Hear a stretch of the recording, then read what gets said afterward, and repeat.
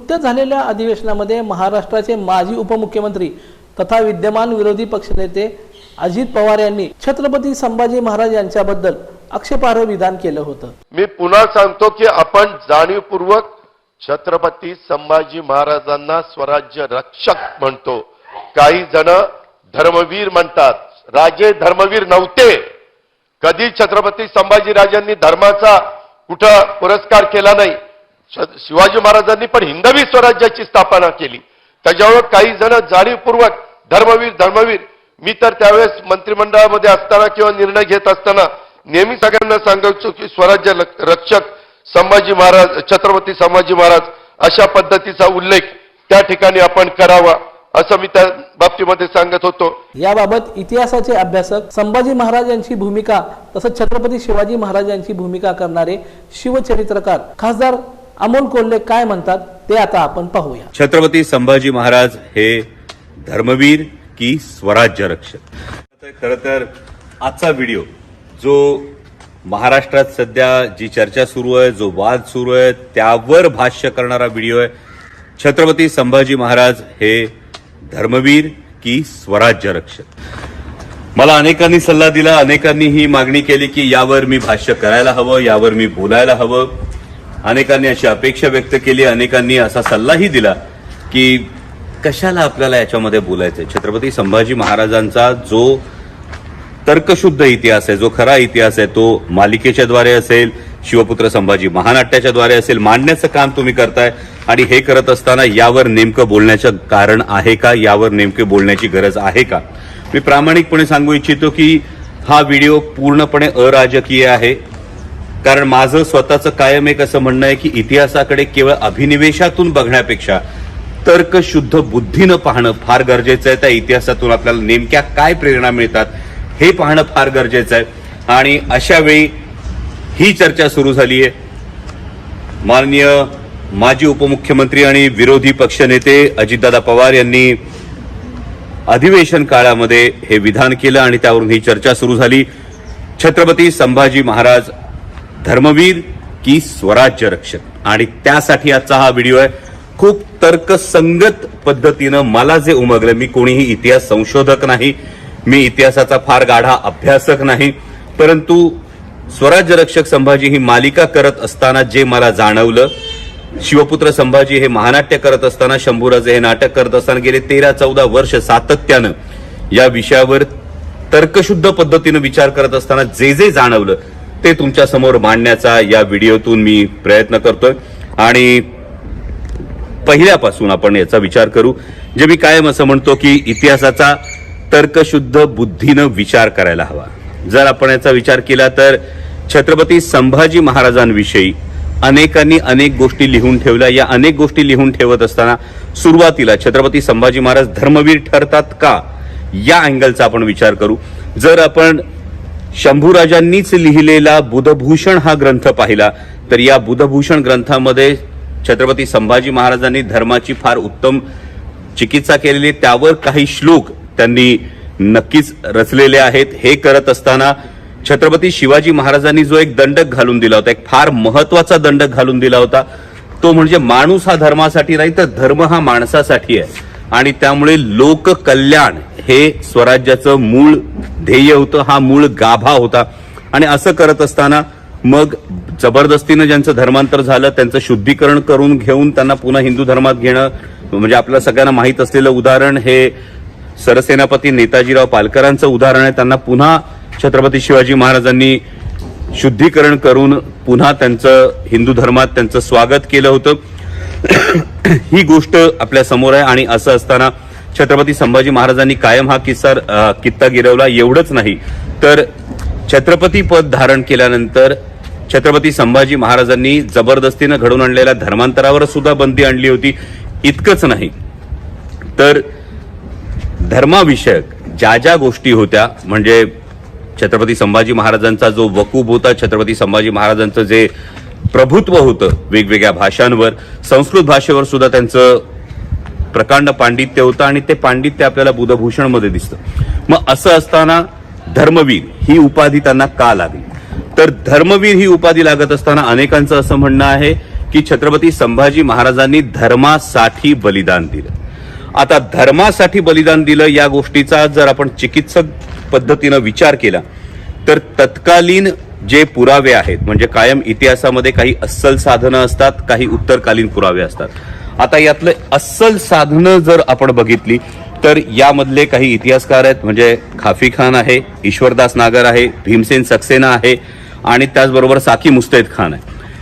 हे चारही इतिहासकार यांनी जे काही लिहून ठेवलंय, हे लिहून ठेवलेलं जे आहे, जे पुरावे उपलब्ध आहेत, समकालीन पुरावे उपलब्ध आहेत, या समकालीन पुराव्यांमध्ये असं स्पष्टपणे लिहिलेलं आहे की औरंगजेब बादशाहनं शंभूराजांना बंदी बनवल्यानंतर, शंभूराजांना दग्यानं कैद केल्यानंतर दोनच महत्वाचे प्रश्न विचारले आणि हे प्रश्न होते, स्वराज्याचा खजिना कुठे आहे, आणि दुसरा प्रश्न होता औरंगजेबाची कोण कोण लोक हे संभाजीराजांना सामील आहेत. हे दोनच प्रश्न हे औरंगजेबाने विचारले असं हे चारही इतिहासकार त्यांच्या लिखाणामध्ये हे नमूद करतात. आणि त्यामुळे जबरदस्तीनं धर्मांतर करण्याला संभाजीराजांनी नकार दिला या गोष्टीला समकालीन पुराव्यांमध्ये कुठेही आधार मिळत नाही. दुसरी फार महत्वाची गोष्ट होते की ही केवळ सत्ता वर्चस्वाची लढाई होती की ही धर्मयुद्ध होतं. जर हे धर्मयुद्ध असेल तर आपण पाहिलं तर एक फार महत्वाची गोष्ट समोर येते की याच औरंगजेब बादशाहनं आदिलशाही नेस्तनाबूत केली, कुतुबशाही नेस्तनाबूत केली. याच औरंगजेब बादशाहनं सख्या जन्मदात्या आपल्या बापाला हाल करून मारलं, सख्या भावांची याने कत्तल केली. आणि त्यामुळे हे धर्मयुद्ध असण्यापेक्षा जास्त महत्वाचं लॉजिकली जे दिसतं ते म्हणजे ही सत्ता वर्चस्वाची लढाई होती. आणि काबूल ते बंगाल सल्तनत असणाऱ्या औरंगजेबाला 8-9 वर्ष अक्षरशः या दख्खनमध्ये फरफटवलं होतं छत्रपती संभाजी महाराजांनी. आणि त्यामुळे हे धर्मयुद्ध होत नाही. मग औरंगजेबाचा जो एक बुरखा होता, औरंगजेबाचं सातत्यानं जे धर्माविषयक एक गोष्ट होती, म्हणजे डॉक्टर जयसिंगराव पवार याविषयी लिहितात. डॉक्टर जयसिंगराव पवार इतके मोठे अभ्यासक आहेत, ते म्हणतात की ही शक्यता नाकारता येत नाही. पण ही शक्यता नाकारता येत नाही असं ते म्हणतात. आणि त्याबरोबर जी उत्तरकालीन जी साधनं आहेत, म्हणजे त्यामधली 2 महत्वाची साधनं येतात, ती म्हणजे सभासदाची बखर येते आणि मल्हार रामराव चिटणीसांची बखर येते. आता चिटणीसांच्या बखरीमध्ये अनेक गोष्टी अशा लिहिल्या गेल्या, अनेक गोष्टी रंगवल्या गेल्या. याला सुद्धा एक मानवी भावभावना कारणीभूत आहे. ते म्हणजे कटकऱ्यांना जे हत्तीच्या पायी दिलं छत्रपती संभाजी महाराजांनी, ज्यांनी संभाजी महाराजांना जीवे मारण्याचा कट केला आणि ही शिक्षा म्हणून जे कटकऱ्यांना हत्तीच्या पायी दिलं, त्यामध्ये मल्हार रामराव चिटणीसांचा पणजोबा म्हणजेच बाळाजी अवजी चिटणीस आणि आजोबा अवजी चिटणीस हे दोघेही हत्तीच्या पायी दिले गेले होते.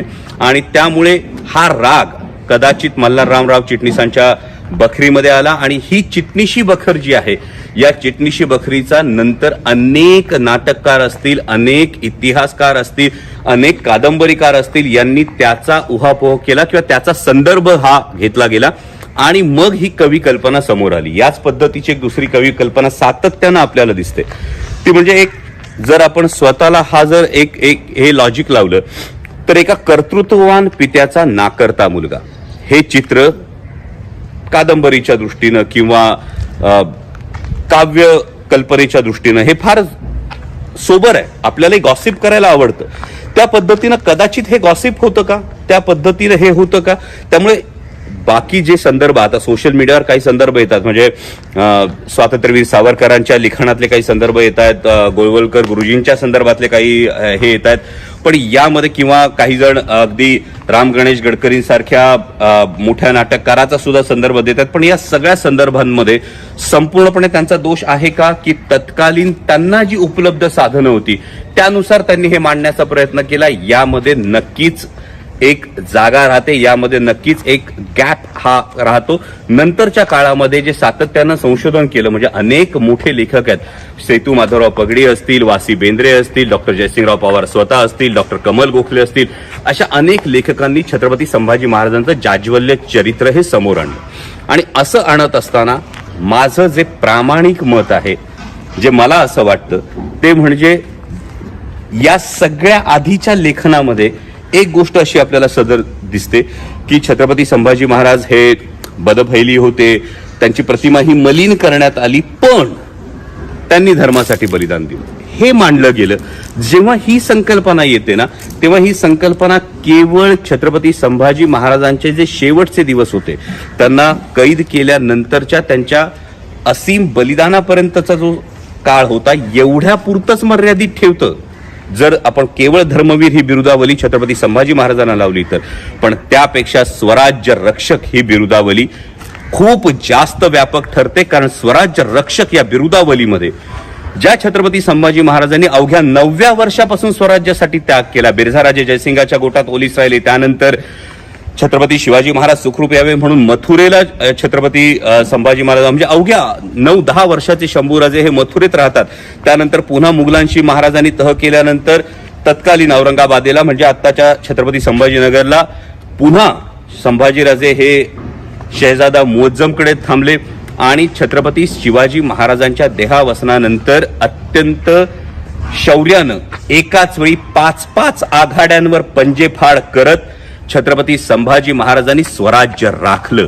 त्यामुळे केवळ धर्म म्हणण्यापेक्षा तत्कालीन इतिहासाचा जर आपण धांडोळा घेतला, तत्कालीन इतिहासाचा तर्कशुद्ध बुद्धीनं विचार केला तर देव, देश आणि धर्म या तीनही गोष्टींचा जो परिपाक होता तो म्हणजे स्वराज्य होतं, छत्रपती शिवाजी महाराजांनी निर्माण केलेलं. आणि या स्वराज्याचं रक्षण म्हणजे मी सुरुवातीलाही म्हणालो, विचार करा स्वराज्याचा एक सुभा जो होता ना, म्हणजे औरंगजेबाच्या राज्यामध्ये एकूण 28 सुभे होते आणि त्यातला एक सुभा हा स्वराज्याच्या एकूण आकारमानाच्या 2.5 ते 3 पट होता. म्हणजे एवढ्या बलाढ्य सम्राटाला, एवढ्या मोठ्या शहेनशहाला या पद्धतीनं मुकाबला करणं आणि स्वराज्याचा एकही किल्ला जाऊ न देणं, हे जे छत्रपती संभाजी महाराजांचं शौर्य आहे, हे शौर्य स्वराज्य रक्षक या बिरुदावलीमध्ये जास्त अधोरेखित होतं असं माझं प्रामाणिक मत आहे.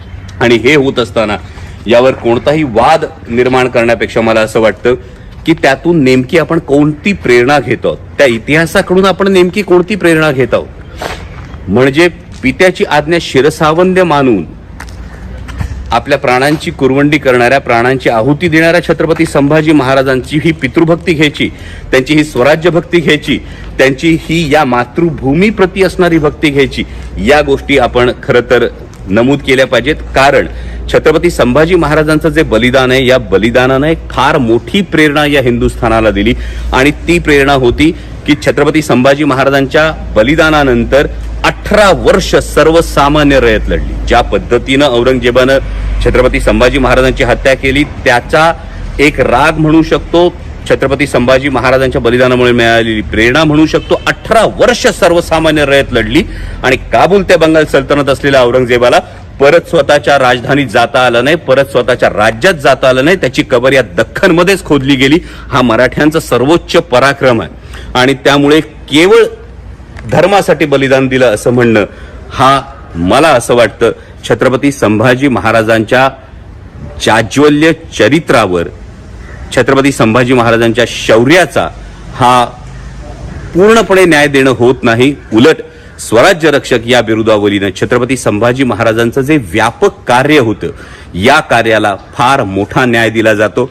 म्हणजे एकाच वेळी 16 भाषांवर असणारं त्यांचं प्रभुत्व असेल, नखशिखा, नायिका भेद, 7 शतक, बुधभूषण असे 4 ग्रंथ लिहिणं असेल, एकाच वेळी 5 आघाड्यांवर मी कायम पंजेफाड म्हणतो, एकमेव राजा आहे ज्यानं परकीय सत्तेला सुद्धा गुडघे टेकायला भाग पाडलं होतं. म्हणजे छत्रपती संभाजी महाराजांची जी गोवा मोहीम होती, पोर्तुगीज जे इंग्रजांच्या पाठोपाठ जे फार मोठं राज्य होतं, या पोर्तुगीजांना दे माय धरणी ठाय करून ठेवणारे छत्रपती संभाजी महाराज होते. त्यामुळे जो हा स्वराज्याचा छावा होता, शिवसिंहाचा छावा होता, छत्रपती संभाजी महाराज होते, त्यांच्या कार्यकर्तृत्वाला खरा न्याय हा स्वराज्य रक्षक या बिरुदावलीमुळेच मिळू शकतो असं माझं प्रामाणिक मत आहे.